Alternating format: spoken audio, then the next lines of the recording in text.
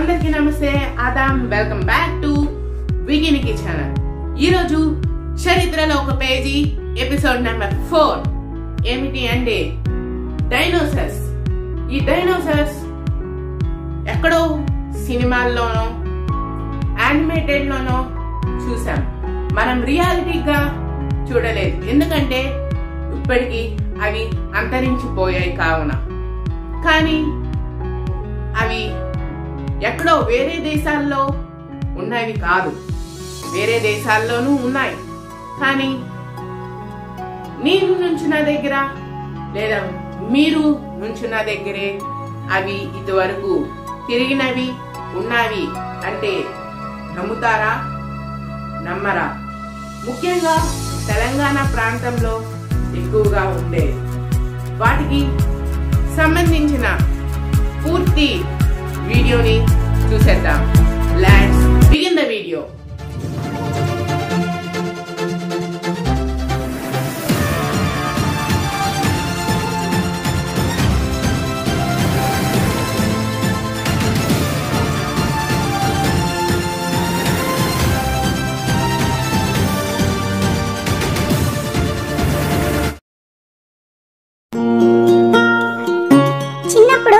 Jurassic park cinema చూస్తున్నప్పుడు ఆ పెద్ద పెద్ద విచిత్రమైన డైనోసార్లు చూస్తుంటే భలే అనిపించేది.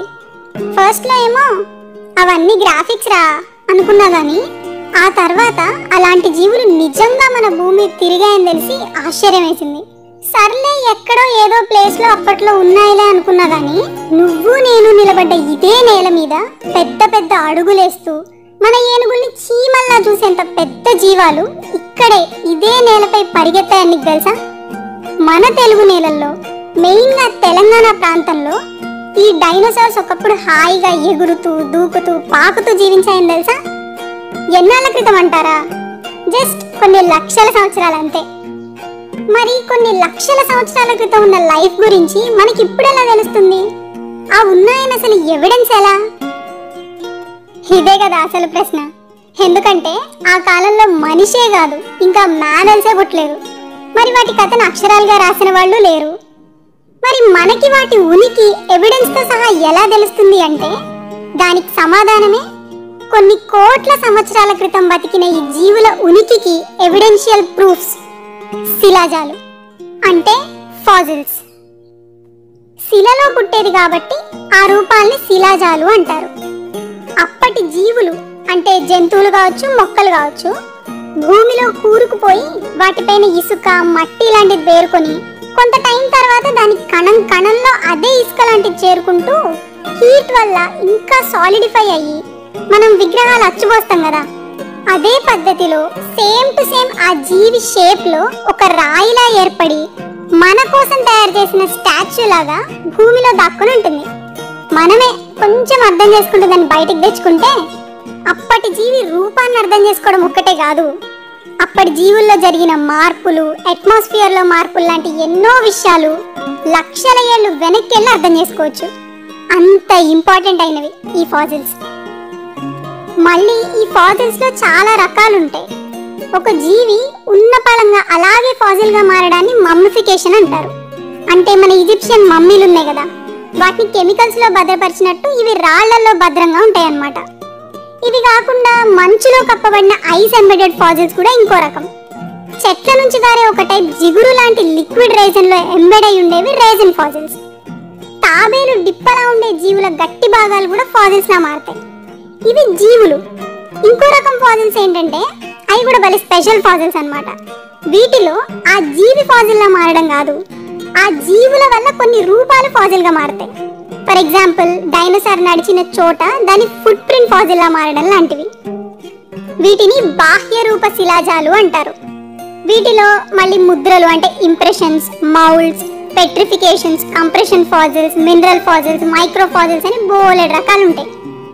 అయితే తిన్నామా పడుకున్నామా తెల్లారిందా అనే ఉరుకుల పరుగుల లైఫ్ నుంచి కొంచెం స్థిమితంగా చూస్తే మన దగ్గర కూడా ప్లాంట్ డైనోసార్ ఫాజిల్స్ తో పాటు బోలెడు రేర్ ఫాజిల్స్ కూడా దొరుకుతాయి.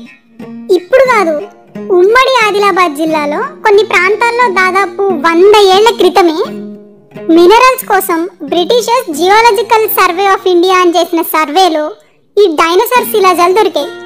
ఆ తర్వాత కాలంలో చాలా మంది ఫారెన్ పరిశోధకులు కూడా ఈ ప్రాంతానికి వచ్చి ఇక్కడ దొరికిన జంతు శిలాజాల మీద పరిశోధనలు చేశారు. కానీ 1979లో జియాలజికల్ సర్వే ఆఫ్ ఇండియా సంస్థకు చెందిన ఒక తెలుగు పరిశోధకుడు కొన్నాల యాదగిరి అనే ఒక ఆయనకి అప్పటి ఆదిలాబాద్ జిల్లాలోని వేమనపల్లిలో ఆర్కియోపెటిక్స్ అని ఎగిరే రాక్షస బల్లుల అవశేషాలు కూడా దొరికాయి. సరే, ఇదంతా కాదు కానీ ఇప్పుడు ఇట్లాంటి డైనోసార్ ఫాజిల్ని మనం ఎక్కడ చూడగలం అంటారా? అంటే ప్రస్తుతం హైదరాబాద్లోని బిర్లా సైన్స్ సెంటర్లో ఉంది. అక్కడ ప్రత్యేక ఆకర్షణగా పెట్టిన 16 అడుగుల ఎత్తు 44 అడుగుల పొడవు ఉన్న డైనోసార్ షేప్ని 12 డైనోసార్లకి చెందిన 840 అవశేషాలతో రూపొందించారు. ఇవన్నీ కూడా ఇంతకుముందు చెప్పిన వేమనపల్లి అనే ఊరిలో 1974 నుంచి 1980 మధ్య జరిగిన పరిశోధనలో దొరికాయి. వేమనపల్లిని అప్పట్లో యామనపల్లి అనేవాళ్ళు.